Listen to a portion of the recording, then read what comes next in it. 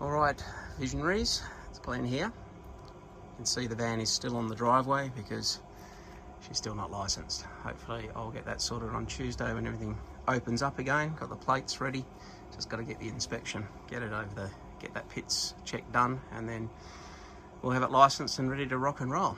So you can see we've just got the two wheels on the back, standard. Got them matching the Cruiser here, so we can swap them out if need be. I mentioned in a previous post that they've just raised up the solar panels, which is excellent. That wasn't like that when we first ordered the van, so as you can see they make improvements along the way, and you know, the longer you wait, which sucks, but you get the benefit of those little enhancements that come along. We've added the little bike receiver hitch on here. We've got a 4-way bike carrier that will just literally slide into there when we're on our way. Okay, so familiar with the little stabilizers down the bottom. We've got it extended at the moment. I've only got the awning partially extended just to give me a little bit of shade over the kitchen area at this stage. I'll extend that in a minute. I've got people coming around for a little barbie in the driveway in a moment, so when they come here we'll tie it down properly and get that extended. I'll take another quick shot of it at that point. But yeah, we opted, obviously when we ordered it we had no choice with the kitchen. This is the standard kitchen. I'm not sure on the 14-foot if you get the choice of the new kitchen. But to be fair, I really like this kitchen. I love the way it's laid out. I mean, in this configuration, this is all bench space for us. Okay, so I'm going to do the bulk of our cooking on the Weber that I just picked up yesterday. This is the premium BBQ. That was the biggest one I could fit into the space. And as I mentioned in that post, it's really cool because you can actually get all your pots and pans, all your Weber accessories, etc., all go in here all at the same time. So that's very nice. I don't have to go hunting around for that stuff. It's hard to do that with one hand, so I'll leave it. We opted for the double fridge, which I believe is an option, and yeah, highly recommend that. Fits in perfectly. When we ordered ours, we actually got the electric awning. So I know that they've had some issues with the electric awning and they've gone back to the manual one, but this is the way that we bought it, and I was very happy to keep it in that configuration. You've got the option of winding it out. They give you a little manual thing here to be able to override that if you have any issues with it. So in my opinion, that's the best of both worlds. If it works, I'll use the electric. If it doesn't, I'll wind it out just like I would with the other version. One of the things I really liked about the original kitchen, they've split this up on the new one into two, but I really like this really long. And while I'm at it, you see I just did that with one hand. Don't just overlook that. In our Patriot, you needed two hands to do everything, which seemed like nothing, but just there, just the ability to grab it in the middle and pull it out is awesome. And I mean, good luck filling that up. You know, there's a lot of space there. So, you know, depending on how remote you're going, if you're catching your own food, etc., you're never really too far away from a shop. So I just can't see how you'd need any more than that for pantry space. Okay. We're familiar with all the gauges. Obviously you've got all of your tanks there, you know, 3 tanks of water and 1 tank for waste. We've got all our airbags for, you know, lifting and lowering here, our lights, etc., and obviously we've got the plug here that's hooked up through the inverter. That's all standard.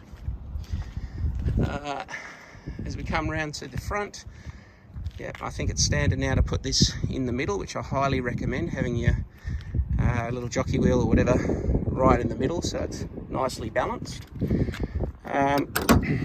Now we shipped ours over, and one of the things that I got told after I shipped it was, did you take your gas bottles out? Because they'll take them out on the boat, and obviously you'll come, and I knew that they'd supplied them because I saw it before it left, but nice of them to give you 2 of them, give you 2 of these jerry cans as well, just as standard. They were all included, and very nice that our particular shipping company didn't take them out.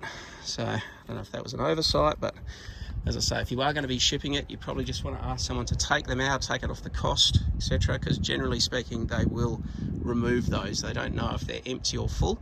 So more often than not, they'll just get rid of them. Ours turned up full, and even worse, on, and they didn't check it. So that was just our luck, and lucky nothing happened on the boat. Okay, so you can see it's all in pristine condition. It won't be following our first trip, so it's probably a really good time to do this little video.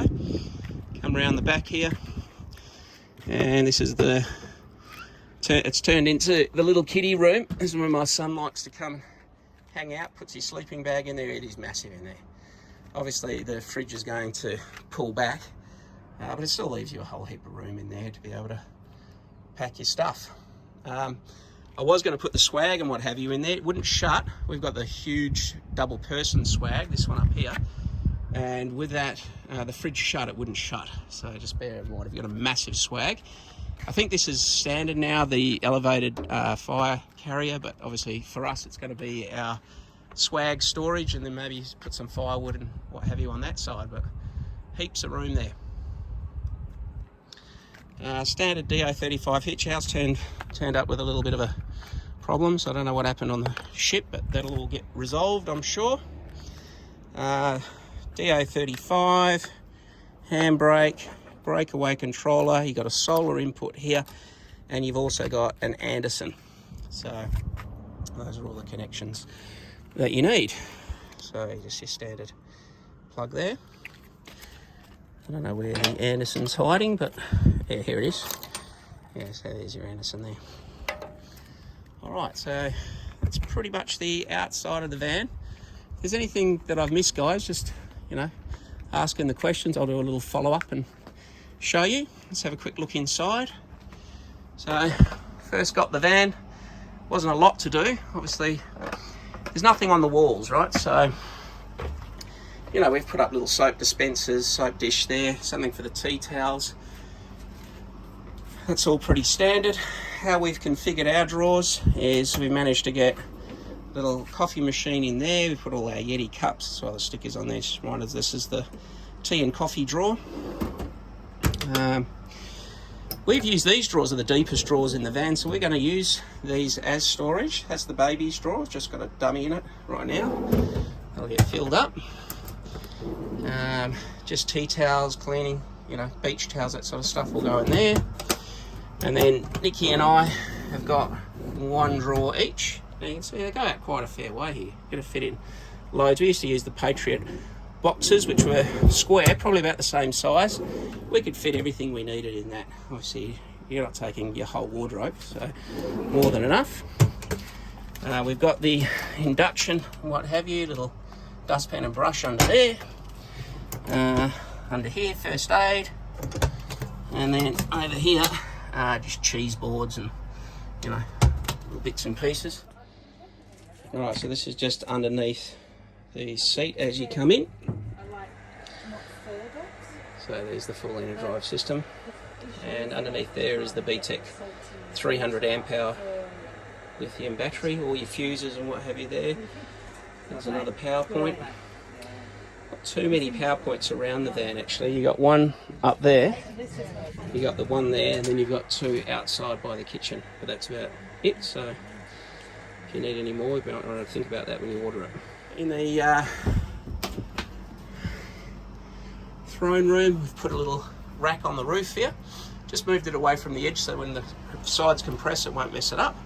And again, loads of these little things. Now these are these Loctite fittings. You use a little air pump, you know, six air squeezes, and these things really hold on like no one's business, but they're easy to take off. So if you decide you want to move them around, which we have, you know, we set it up to begin with and we've had to change a few things, they also come off really easily. So we got those from Bunnings if you're interested. Okay, we've put things like, we've added them to the roof there, you know, for the hats, get them out of the way. And we've put them down the side there. So I'll do a more extensive tour. I think you guys have seen pretty much everything already regarding this van. Our visitors have just arrived now, so I'm going to call it a day, and yeah, post any questions or what else you want to see in the video below. Thanks. I just wanted to quickly show you now with the awning fully out. It's going to tie down there. It's a bit windy here in Perth today. So you just got to watch that you don't overextend this because it just keeps going out. Get it to about that point, and then you've got these little tensioners that are built in. You just ratchet on that, get it nice and tight. We also bought the anti-flap kit, which I would highly recommend that you do. With that, then you can add on all of your extra shade sails and what have you. It looks like without this is the Omnister 5200 electric awning.